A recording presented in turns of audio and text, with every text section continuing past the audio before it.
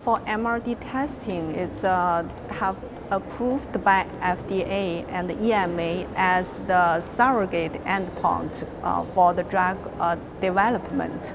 But still, a lot of issues need to be addressed to, for a tool into daily practice, But in our work, we try to address a couple of critical issues that would be very helpful for the MRD testing into daily practice. And first, we have the several questions, to try to answer several questions. First, how deep for MRD testing is meaningful?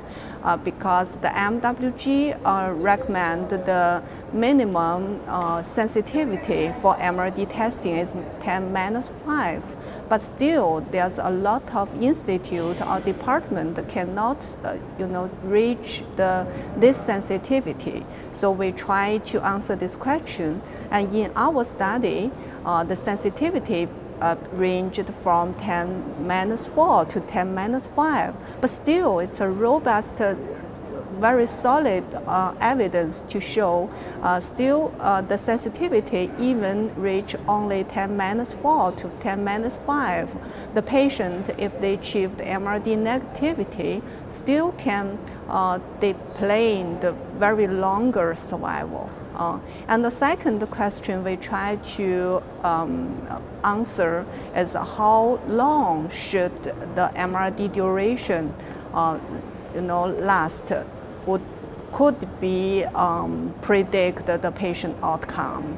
So we compare the different duration. For example, the more than 12 months of MRD duration definitely show the prolonged PFS and OS, but still, our study showed that more than 6 months still have the, patients still have benefit from that. So that means the longer of MRD duration, the better outcome patient might have. Yeah, and also we have the other issues like should we test MRD only after patient achieved CR, but in our study, we provide the solid evidence when patient achieved VGPR rather than CR, we should test MRD. Yeah.